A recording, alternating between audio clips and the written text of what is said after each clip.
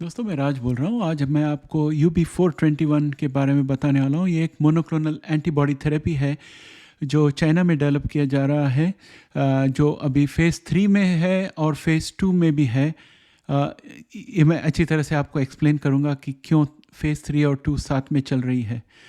और इसके साथ साथ मैं आपको ये UB421 किस तरह से काम करती है वो एक्सप्लेन करूँगा, और ये भी बताऊँगा कि इसकी जो मेथड है वो 100% यानी कि बहुत ही सॉलिड प्रोटेक्शन देगी ह्यूमन बॉडी को HIV वायरस को ब्लॉक करने के लिए।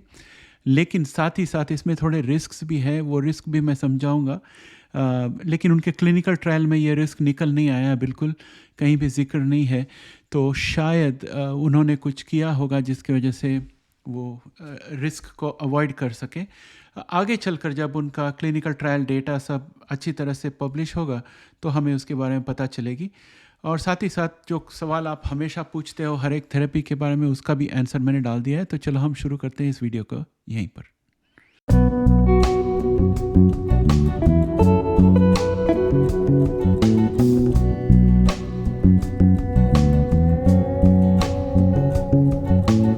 तो दोस्तों UB421 जो है ये एक मोनोक्लोनल एंटीबॉडी है। मोनोक्लोनल एंटीबॉडी जो है वो आर्टिफिशियली बनाई जाती है, लेकिन ये ह्यूमनाइज्ड है। इसका मतलब है कि इस एंटीबॉडी में ह्यूमन सीक्वेंसेस ही यूज़ किए हैं ताकि हमारी बॉडी उसको रिजेक्ट ना करे। और ये एंटीबॉडी बनाने के टाइम उन्होंने एक शुगर मॉलिक्यूल निकाल दिया है उसमें से, और उसकी वजह से उसका जो बिहेवियर है थोड़ा बदल जाता है। और फ्रेंड्स, आप लोग को तो पता ही है, मैंने पहले बताया था कि HIV किस तरह से बॉडी में आती है। तो HIV एक बार आपके शरीर में घुस गई तो फिर वो इन्फेक्शन के लिए उसे CD4 में जाके आपके DNA में बस जाना पड़ता है। तो उसके लिए वो क्या करती है, HIV वायरस जो है उसके पास वो ट्राइमर होता है, और ट्राइमर जो है उसमें GP120 और GP140 होती है। वो GP120 जो है वो जाकर CD4 टी सेल के CD4 रिसेप्टर में चिपक जाती है। और CD4 रिसेप्टर में चिपकने के लिए उसको 4 डोमेन्स होते हैं। उसमें से डोमेन नंबर 1 एकदम टॉप में होता है और डोमेन नंबर 4 एकदम बॉटम में होती है। तो यूजुअली CD4 टी सेल के रिसेप्टर में डोमेन नंबर 1 में जाकर HIV वायरस चिपकती है। मैं आपको एक ग्राफिक बताता हूँ, ये देखते ही आपको समझ में आ जाएगा। यूनाइटेड बायोफार्मा के वेबसाइट से ये ग्राफिक मैंने निकाला है, और ये ग्राफिक में आप देखोगे, शायद आप मेरा कर्सर देख पाओगे कि नहीं पता नहीं, ज़रा गौर से देखना। तो ये जो है, ये वाई शेप जो है, ये है UB421 मोनोक्लोनल एंटीबॉडी। और ये जो 4 डॉट्स दिख रहे हैं यहाँ पर, ये डोमेन्स है D1, D2, D3, D4।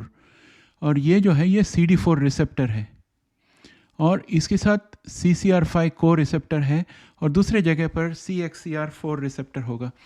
तो ये जो है UB421, ये आप समझ लीजिए D1 मैग्नेट है, और UB421 मैग्नेट है, और HIV वायरस मैग्नेट है।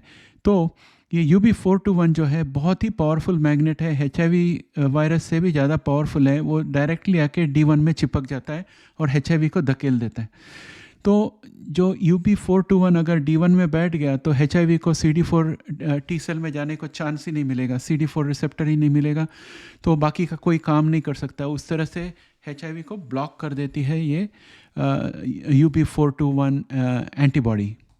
और दोस्तों, आपको ये भी जान के खुशी होगी कि ये CD4 रिसेप्टर जो है मैक्रोफेज में भी है और डेंड्रिटिक सेल में भी है।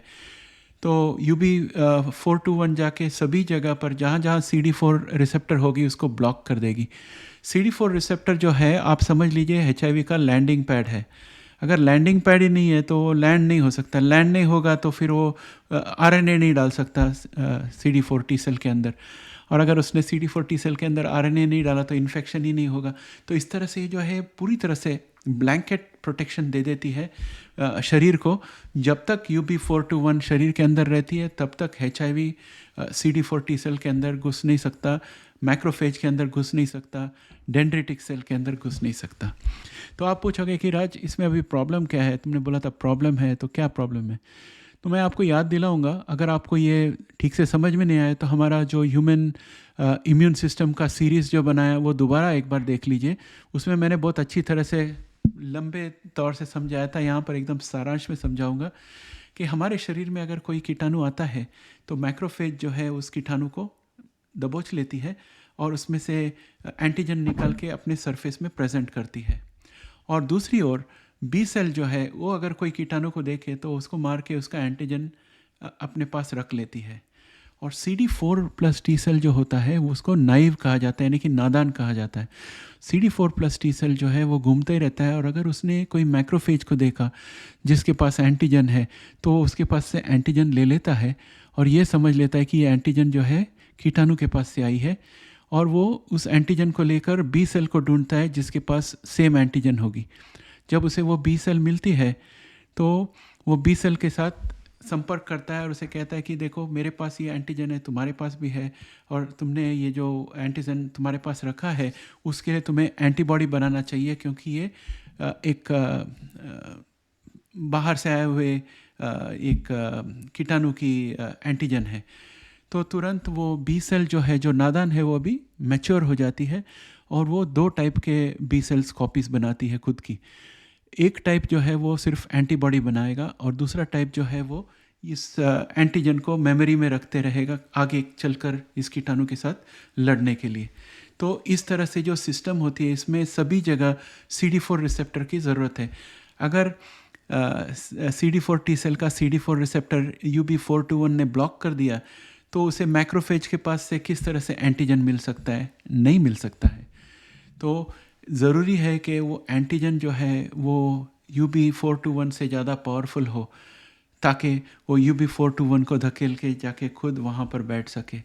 तो अगर वैसा हो तो शायद बच सकता है, वरना ये जो पूरी इम्यून सिस्टम है हमारी वो थोड़ी कोलैप्स हो जाएगी। लेकिन HIV से तो हम बचे रहेंगे, लेकिन बाकी के जो कीटाणु है उनसे बचना मुश्किल पड़ जाएगा। ये मेरा ओपिनियन है, लेकिन इनके जो क्लिनिकल ट्रायल्स में जहाँ जहाँ मैंने देखा है वहाँ पर यही पता चलता है कि ऐसा कोई प्रॉब्लम हुआ नहीं है, तो ये बहुत अच्छी बात है। तो दोस्तों ये रही UB421 कि किस तरह से काम करती है और उसकी प्लस पॉइंट्स क्या है और माइनस पॉइंट्स क्या है।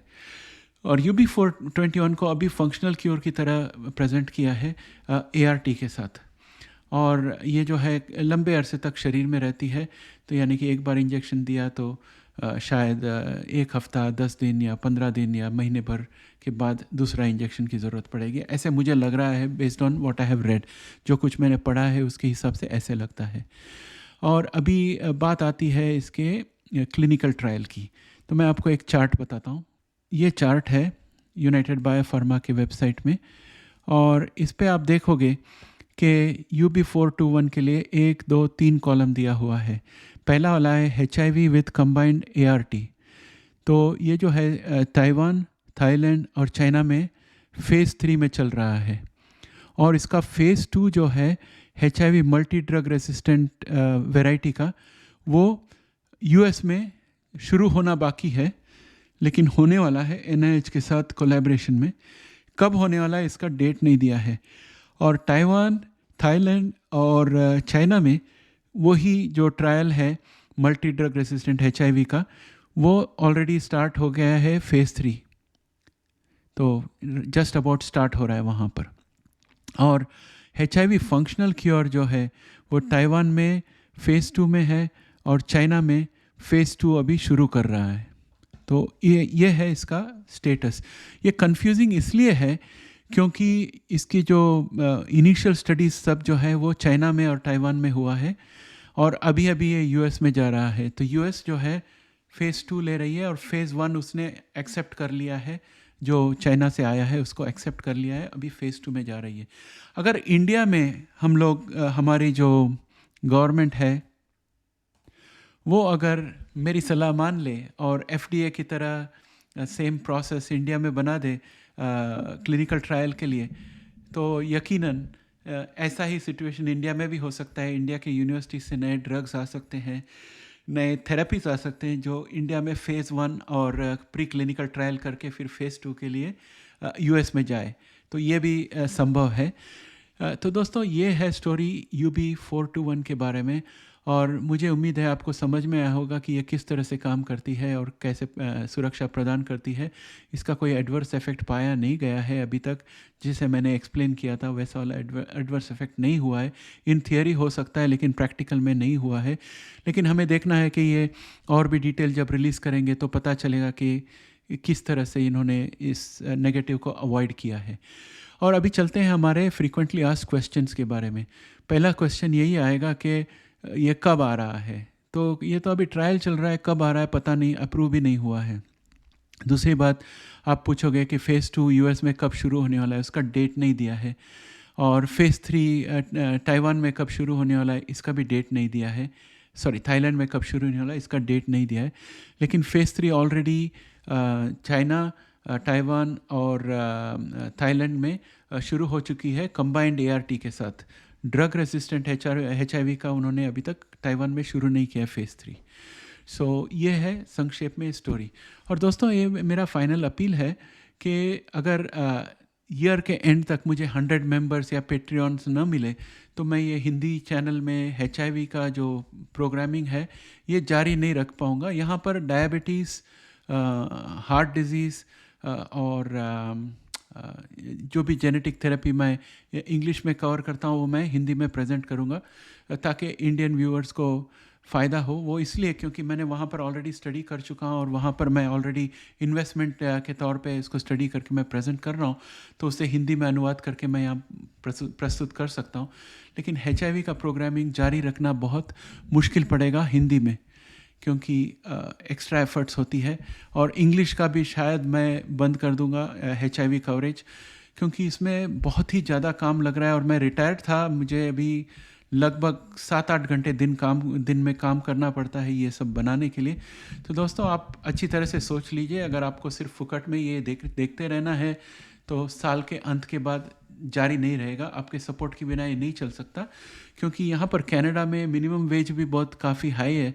मुझे लोगों को रिक्रूट करना पड़ेगा ताकि मैं सिर्फ रिसर्च करके वो इनको इन्फॉर्मेशन दूँ और वो जो है हिंदी में ट्रांसलेट करके वीडियो बना के आप तक पहुँचाए हमारे इस चैनल में।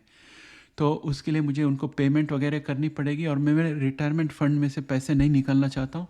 मेंबरशिप के पैसे जो आएंगे उससे ऑलरेडी मैंने वेबसाइट बनाई है, उसमें ब्लॉग पोस्ट भी है, ईमेल भी निकाल के रखा है शेयर ट्रैक के लिए।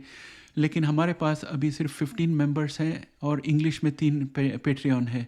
तो हमें 100 मेंबर्स या 100 पेट्रियंस चाहिए by end of the year. तो आप सोच लीजिए कि आपको ये चैनल चाहिए कि नहीं, और उसके हिसाब से आपका जवाब मुझे दिसंबर में पता चल जाएगा और आप यकीनन जान लीजिए कि चैनल बंद हो जाएगी। तो इसके साथ मैं वीडियो यहीं समाप्त करता हूं दोस्तों। जय हिंद।